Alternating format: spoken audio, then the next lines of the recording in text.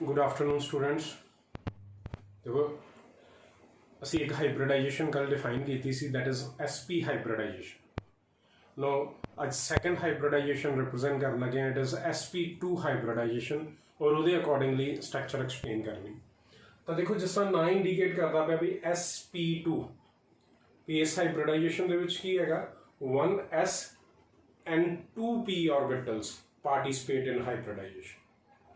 ਅਸੀਂ डिफाइन करने भी valence shell of an atom देखिए तो जिस तरह कल डिफाइन किए सी उहदे च एक s हुंदा और 3p ऑर्बिटल्स रिप्रेजेंट करते सी भी these are the 3p orbitals present in the valence shell of an atom that is px py and pz are represent कर देते भी 3p ऑर्बिटल्स आर प्रेजेंट जिन्हों मर्जी जिस तरह की मर्जी डेजिग्नेशन दे सकते हो भी एक px है py है pz है वो रिप्रेजेंटेशन शो कर सकते हैं भी जे शो कर रहे px है py है एंड दैट इज pz तो कोई भी रिप्रेजेंटेशन शो कर सकते हैं।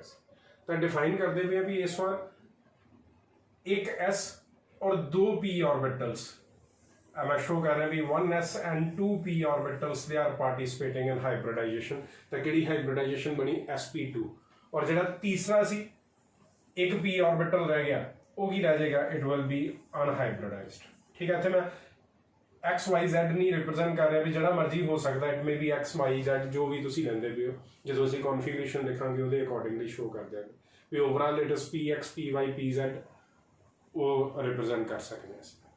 ठीक है भी एक s और 3p ऑर्बिटल्स है वैलेंस शेल दे विच जिन्हां दे विचों एक s और 2p ऑर्बिटल्स पार्टिसिपेट करते पे और एक की रह गया अनहाइब्रिडाइज जिहड़ा पार्टिसिपेट नहीं कीता। तो किन्ने हाइब्रिड किन्ने पार्टिसिपेट किए 1 2 एंड 3 तो याद करो असी डिफाइन किया सी भी जिन्ने ऑर्बिटल्स हाइब्रिडाइजेशन दे विच पार्टिसिपेट करनगे उन्ने ही नवे हाइब्रिड ऑर्बिटल्स बननगे। तो किन्ने पार्टिसिपेट किए 3 तो 3 नवे हाइब्रिड ऑर्बिटल्स बन रहे हैं जिन्होंने असी की कहांगे sp2 हाइब्रिड ऑर्बिटल्स। और जो 3 है तो किस तरह का अरेंजमेंट होएगा भी प्लेसमेंट किस तरह की होएगी 3 अपने आप को किन्ने मैक्सीमम एंगल से अरेंज करन 120 डिग्री और किस तरह की ज्योमेट्री आ जाएगी ट्रायगोनल ज्योमेट्री। तो असं ये शो कर देना भी 3 sp2 हाइब्रिड ऑर्बिटल्स बन रहे हैं जिहड़े किस तरह अरेंज्ड है they are arranged in trigonal manner. मैं शो कर रहा भी 3 हाइब्रिड ऑर्बिटल्स आ रहे हैं। देखो हाइब्रिड की शेप इस तरह की सी 1 hybrid orbital this is second hybrid orbital and this is third hybrid orbital. 3 sp2 hybrid orbitals बन रहे हैं sp2 sp2 sp2 ਅਸੀਂ ਇਹ रिप्रेजेंट कर देता भी 3 sp2 hybrid orbitals are formed क्योंकि s और p जो मिक्स हो गए एक s और 2p आपस ਦੇ ਵਿੱਚ मिक्स हो गए ਤਾਂ ਉਹਨਾਂ ਨੇ ਨਵੇਂ ऑर्बिटल्स बनाते जिन्हों ਨੂੰ ਅਸੀਂ ਕੀ ਕਿਹਾ हाइब्रिड ऑर्बिटल्स। और 3 हाइब्रिड ऑर्बिटल्स बन रहे हैं तो डेफिनेटली 3 की शेप किस तरह की होंगी है भी ट्रायगोनल इस करके they will be arranged in a trigonal manner भी मेन ਅਸੀਂ ਇਹ शो कर देता भी sp2 हाइब्रिडाइजेशन किस तरह की स्ट्रक्चर होएगी ट्रायगोनल स्ट्रक्चर। जो कि एक अनहाइब्रिडाइज्ड ऑर्बिटल रह गया और असी डिफाइन किया भी जो अनहाइब्रिडाइज्ड ऑर्बिटल है it is always present perpendicular to the plane of hybrid orbitals. यदि प्लेसमेंट हमेशा किस तरह होएगी it will be present perpendicular to the plane of hybrid orbitals. मैं डॉटेड शो कर रहा भाई दिस इज अनहाइब्रिडाइज्ड ऑर्बिटल मैं शो कर रहा दिस इज अनहाइब्रिडाइज्ड ऑर्बिटल। तो पहला तो दिस इज sp2 हाइब्रिडाइजेशन।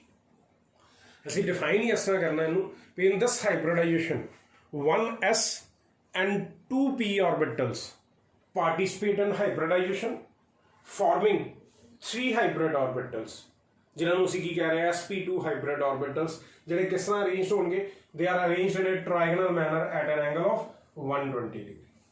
जो कि एक अनहाइब्रिडाइज्ड ऑर्बिटल रह गया एक अनहाइब्रिडाइज्ड ऑर्बिटल रह गया which is present perpendicular to the plane of the hybrid orbitals जिहड़ा परपेंडिकुलर हैगा अनहाइब्रिडाइज्ड ऑर्बिटल है। तो असीं ये शो कर दिता दिस इज sp2 हाइब्रिडाइजेशन। हुण इस हाइब्रिडाइजेशन के अकॉर्डिंगली असीं स्ट्रक्चर एक्सप्लेन करनी है भी how to explain the structure of a molecule according to this hybridization. तो देखिए जरा भी मैं फर्स्ट स्ट्रक्चर एक्सप्लेन कर लगा इट इज ऑफ BF3 बड़ी इंपॉर्टेंट स्ट्रक्चर है BF3 अकॉर्डिंग टू हाइब्रिडाइजेशन।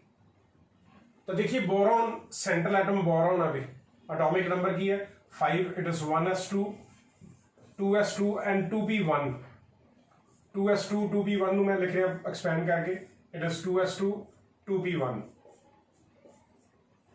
ਹੁਣ ਅਸੀਂ ਦੇਖੀਏ ਵੀ ਬੋਰੋਨ ਦੇ ਕੋਲ ਸਿਰਫ ਇੱਕ ਹਾਫ ਫਿਲਡ ਐਟੋਮਿਕ ਆਰਬਿਟਲ ਹੈ।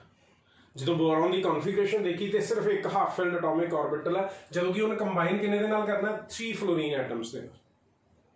ਤਾਂ ਪਹਿਲਾਂ ਤਾਂ ਵੈਲੈਂਸੀ ਐਕਸਪਲੇਨ ਕਰਨੀ ਪਏਗੀ, ਹਾਫ ਫਿਲਡ ਐਟੋਮਿਕ ਆਰਬਿਟਲਸ ਪੂਰੇ ਕਰਨੇ ਪੈਣਗੇ, ਕਿਉਂਕਿ ਮੈਂ ਕੱਲ ਵੀ ਡਿਫਾਈਨ ਕੀਤਾ ਸੀ ਵੀ ਹਾਈਬ੍ਰਿਡਾਈਜੇਸ਼ਨ ਦੇ ਵਿੱਚ ਸਭ ਤੋਂ ਜ਼ਿਆਦਾ ਇੰਪੋਰਟੈਂਟ ਹੈ ਵੀ ਪਹਿਲਾਂ ਵੈਲੈਂਸੀ ਐਕਸਪਲੇਨ ਕਰਨੀ। ਸੈਂਟਰਲ ਐਟਮ ਦੇ ਕੋਲ ਕਮ ਸੇ ਕਮ ਉਹਨੇ ਹਾਫ ਫਿਲਡ ਐਟੋਮਿਕ ਆਰਬਿਟਲ ਜ਼ਰੂਰ ਹੋਣੇ ਚਾਹੀਦੇ ਆ ਜਿੰਨੇ ਐਟਮਸ ਦੇ ਨਾਲ ਉਹਨੂੰ ਕੰਬਾਈਨ ਕਰਨਾ। ਤਾਂ ਦੇਖੋ ਕਿੰਨੇ ਦੇ ਨਾਲ ਕੰਬਾਈਨ ਕਰਨਾ, 3 ਦੇ ਨਾਲ, ਤਾਂ 3 ਹਾਫ ਫਿਲਡ ਚਾਹੀਦੇ ਆ, ਜਦੋਂ ਕਿ ਹੈ ਕਿੰਨੇ ਆ, 1। ਤਾਂ ਪਹਿਲਾ ਸਟੈਪ ਆਏਗਾ ਹਾਈਬ੍ਰਿਡਾਈਜੇਸ਼ਨ ਦਾ, that is the promotion of the electron. ਇੱਕ ਇਲੈਕਟ੍ਰੋਨ 2s ਦੇ ਵਿੱਚੋਂ ਕਿਹਦੇ 'ਚ ਪ੍ਰਮੋਟ ਕਰ ਗਿਆ, 2p ਦੇ ਵਿੱਚ। ਤਾਂ ਫਿਰ ਐਕਸਾਈਟਡ ਸਟੇਟ ਦੇ ਵਿੱਚ ਕਨਫੀਗਰੇਸ਼ਨ ਕੀ ਆ ਗਈ ਵੀ, ਐਕਸਾਈਟਡ ਸਟੇਟ 'ਚ ਕਨਫੀਗਰੇਸ਼ਨ ਲਿਖ ਰਹੇ 2s, ਕੀ ਰਹਿ ਗਿਆ 1, ਵੈਲੈਂਸ ਸ਼ੈਲ ਦੀ ਕਨਫੀਗਰੇਸ਼ਨ ਲਿਖ ਰਹੇ, ਔਰ 2p ਮੈਂ ਸ਼ੋ ਕਰਤਾ x1, 2p y1 and 2p z की हो गया 0, y चेक आ गया और z की आएगा 0। अब मैं ये रिप्रेजेंट करा, it is 2px, it is 2py and 2pz।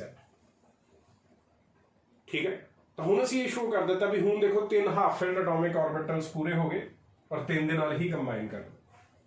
ਤਾਂ ਇਹ ਜਿਹੜੇ ਹਾਫ ਫਿਲਡ ਐਟੋਮਿਕ ਆਰਬਿਟਲਸ 3 ਆਏ, ਨਾਓ ਦੇ ਵਿਲ ਅੰਡਰਗੋ ਹਾਈਬ੍ਰਿਡਾਈਜੇਸ਼ਨ। ਇਹ ਹਾਈਬ੍ਰਿਡਾਈਜ਼ ਕਰਨਗੇ ਔਰ ਇਹਨਾਂ ਦੇ ਵਿੱਚ ਕਿਹੜੀ ਹਾਈਬ੍ਰਿਡਾਈਜੇਸ਼ਨ ਹੋ ਗਈ, it is sp2 hybridisation. 3 hybrid ਆਰਬਿਟਲਸ ਬਣੇ ਜਿਹੜੇ ਕੀ ਹੈਗੇ ਆ ਹਾਫ ਫਿਲਡ, ਆਪਾਂ ਸ਼ੋ ਕਰ ਦਿੱਤੇ 3 ਹਾਫ ਫਿਲਡ sp2 ਹਾਈਬ੍ਰਿਡ ਆਰਬਿਟਲਸ ਬਣ ਗਏ ਜਿਹੜੇ ਅਰੇਂਜਡ ਹੈ ਨੇ ਟ੍ਰਾਇਗੋਨਲ ਮੈਨਰ। ਜਦੋਂ ਕਿ ਇਹ ਕੀ ਹੈਗਾ ਅਨਹਾਈਬ੍ਰਿਡਾਈਜ਼ਡ ਆਰਬਿਟਲ, ਬਟ ਇਹਦਾ ਫੀਚਰ ਕੀ ਹੈ, ਇਟ ਇਜ਼ ਐਮਪਟੀ।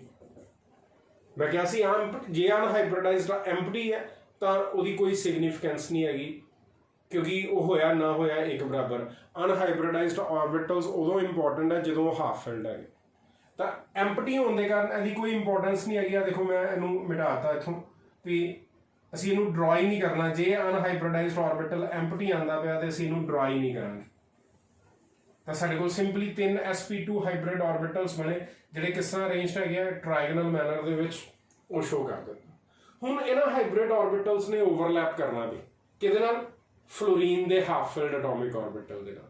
ਤਾਂ ਫਲੋਰੀਨ ਦੀ ਕਨਫੀਗਰੇਸ਼ਨ ਲਿਖੀਏ ਤਾਂ ਕੀ ਹੈਗੀ ਹੈ, 1s2 9 atomic number, 2s2 and 2p5, 2s2 and 2p5, 1 2 3 4 and 5। ਤਾਂ ਦੇਖੋ ਇਹਦੇ ਕੋਲ ਇੱਕ ਹਾਫ ਫਿਲਡ ਐਟੋਮਿਕ ਆਰਬਿਟਲ ਹੈ। ਜਿਹੜਾ ਕੰਬਾਈਨਿੰਗ ਐਟਮ ਹੈ, ਉਹਦੀ ਇੰਪੋਰਟੈਂਸ ਹੀ ਹੋਈ ਹੈ ਵੀ ਤੁਸੀਂ ਦੇਖਣਾ ਵੀ ਉਹਦੇ ਕੋਲ ਜਿਹੜਾ ਹਾਫ ਫਿਲਡ ਐਟੋਮਿਕ ਆਰਬਿਟਲ ਹੈ ਉਹ ਕਿਹੜਾ ਹੈ, ਐਸ ਹੈ ਜਾਂ ਪੀ ਹੈ। ਜੇ ਐਸ ਹੈ ਤਾਂ ਸਫੈਰੀਕਲ, ਜੇ ਪੀ ਹੈ ਤਾਂ ਡੰਬਲ। ਤਾਂ ਦੇਖਿਆ ਸੀ ਵੀ ਫਲੋਰੀਨ ਦੇ ਕੋਲ ਇੱਕ half filled atomic orbital present ਹੈ ਔਰ ਉਹ ਕੀ ਹੈਗਾ, ਇਟ ਇਜ਼ 2p। ਤਾਂ ਅਸੀਂ ਇਹ ਸ਼ੋ ਕਰਨਾ ਵੀ ਇਹ ਜਿਹੜੇ 3 ਹਾਫ ਫਿਲਡ ਹਾਈਬ੍ਰਿਡ ਆਰਬਿਟਲ ਬਣੇ ਸੀ ਇਹ 1 by 1 ਓਵਰਲੈਪ ਕਰ ਗਏ with the half filled atomic orbital of fluorine. ਆ 2pz atomic orbital of fluorine ਦੇ ਨਾਲ ਓਵਰਲੈਪ ਕਰ ਰਿਹਾ 1 by 1। ਆ ਦੇਖੋ 2pz ਆਰਬਿਟਲ ਆਫ ਫਲੋਰੀਨ ਦੇ ਨਾਲ ਓਵਰਲੈਪ ਕਰ ਰਿਹਾ 1 by 1 ਔਰ ਉਹਦੇ ਅਕੋਰਡਿੰਗਲੀ ਸਿਗਮਾ ਬੌਂਡਸ ਬਣ ਗਏ।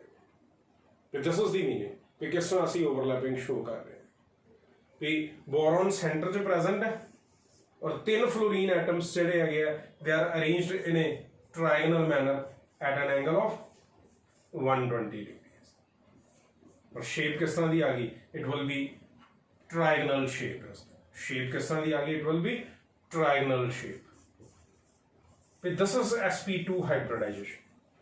ये sp2 हाइब्रिडाइजेशन है भी एक s और 2 p ऑर्बिटल्स हाइब्रिडाइज कर देंगे।